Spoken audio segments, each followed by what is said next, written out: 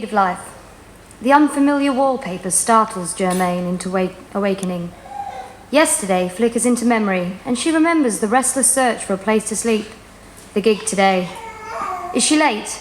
She doesn't recall an alarm. Her right arm is smothered in paralysis, spilling pins and needles when shaken. Her hand slides over her face as she drags herself across the bed, praying the phone hasn't lost battery. Oh no. The covers roll over like a tidal wave. She searches for the charger, but her hands only fumble. It's not in the room.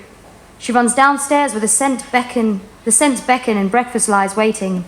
Old jazz fills every cottage wall, but the radio doesn't display the time.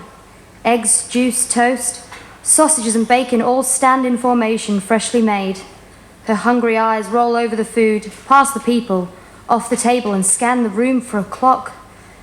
The hand says she's 20 minutes early. She sits down, victorious. Oh, that clock's been off for some time now. The owner shakes her head. I'm sorry, I've got to be somewhere today, and I need to know how much time I've got left. You don't have a phone, a watch or anything on you? I have a phone upstairs. There's a tea at the table. You sit down and I'll get it for you, dear. She gets up and slowly limps out of the room and up the stairs. Germaine sinks into the chair, traumatized by the thought of speakers crackling and microphones cutting off. There's another technician, but he's inexperienced and has a knack for forgetting things. Her cheeks feel goosebumps from the coffee smoke. She sips. The bright sun illuminates the unfamiliar street outside. At least it's not sunset, she thinks. Another sip. In a hurry? The stranger slowly spreads jam. Well into his 40s, he wears a cardigan even though it's approaching summer. He smiles and looks back down at his newspaper. He doesn't have a watch. Oh no, just got somewhere to be, she replies, an awkward chuckle. Another sip. Ah, on an adventure. I see, pardon me. Don't let me trouble you then. He looks back to his newspaper, but she can tell he's not really reading anything. So where are you heading? He asks. You're not by any chance going to that festival happening in Banking Square, are you? Yeah, but I'm not performing. I'm with the technical team. I'm going to spend today testing the equipment and helping construct the stage. The mic isn't going to turn itself up. He finds the joke a bit too funny. He pours himself a cup of tea and closes his eyes as he takes a sip, enjoying the flavour, the liquid warmth of morning. Well, that's very impressive. What's your name? Germaine. Lovely name, that. He gives her a genuine smile. My name's Craig. Pleasure to meet you. It's not the most awkward handshake she's had. There's a noise from upstairs. If the host can run a hotel, surely she can find her own phone, she thinks. You look stressed, Craig says. Why? Well, when you're part of the technical team, you've got to be there early to set everything up. We both know you'll make it. You've done this for a while now, haven't you? I can tell.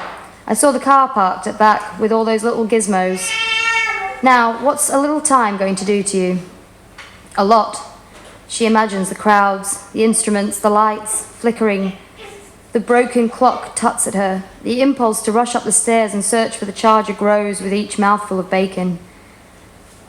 Now, I hope this doesn't come off as me being a little nosy, but can I just ask you something? She wonders what it could be. Sure.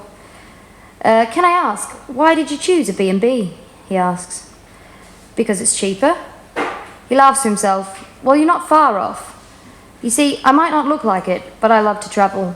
Been all over the UK, I have. And every time I visit somewhere new, I always book me into one of those bed and breakfast places. Feels a lot more intimate, less corporate than a hotel with those sliding doors and elevators that take you up 200 feet.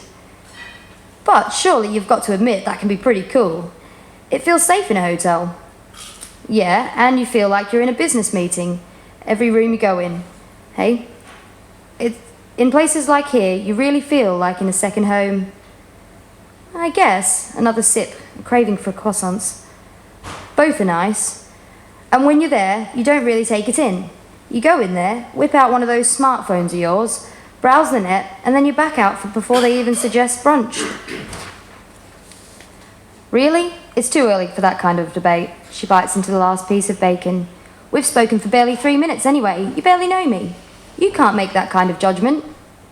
Oh, it's not you personally. It's just that I see it in a lot of people is all. She takes a croissant. She's going to need the energy to last. He goes back to pretending to read the newspaper. And anyway, she says, with food in her mouth, a B&B is going to be different too. I don't know, a walk down the road? You don't just stare at the walls and take it all in. You have to keep busy somehow. Because it gets boring, he laughs to himself. No. Well, yeah. When you're in a room, on your own, you've got to do something. He looks at her disapprovingly, but she goes on. But I don't just lock myself in there. I go out, explore the area, try new things, and then come back and slump into bed. Aha, but that's not my point. The point is after. What do you mean? Well, he wipes tea from his moustache. You never really unwind, do you? You go out and do all these crazy things, and then you come back and wake up and leave about 30 minutes after and go another day. You forget to relax. I saw you when you came downstairs. You were having a right huff about what time it was. But you want to know a little secret? Time doesn't matter. I'm really sorry, but today it does. It's not just about me, you know. There are people all over the UK who've spent actual money to go to see their favourite musicians on stage. The bands themselves take a few days to get themselves ready for the gig.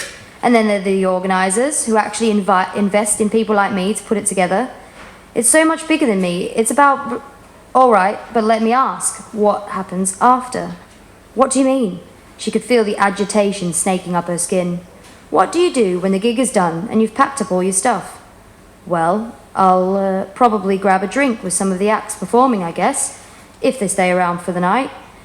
If not, I'll go home and get ready for the next day. I want me to tell you what happens if you don't unwind. You burn out. You don't function anymore. You get the shakes because your body's been fighting for so long. I know, I have friends just like yourself at where I used to work. Big daydreamers with their whole life ahead. But they didn't wait for life. They made their little plans and didn't give themselves any time for rest. Because rest is a waste of time, they said.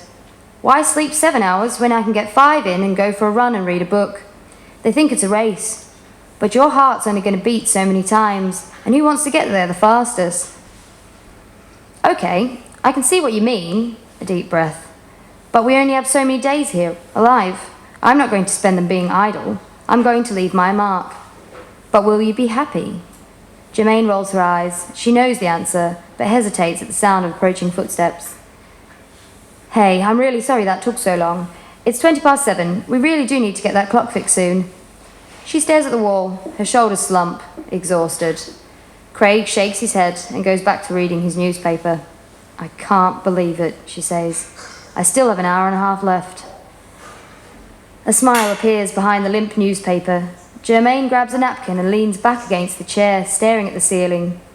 Her eyes close as she takes the moment, imagining the crowds, the swaying lights, the sound coming out right. The freedom spreads like a swarm of wings. She could go for a drive around the countryside, use the public phone to call the event organisers or a friend and organise a catch-up several weeks from now. She could go for a run, find her charger that was stuck underneath her bed, or draw a picture, a landscape, anything. Or she could just stay and enjoy the two things she's always overlooked. The hostess begins collecting the used cutlery, inspired by the morning. Craig tucks the newspaper away and pours 3 cups of tea. Thank you.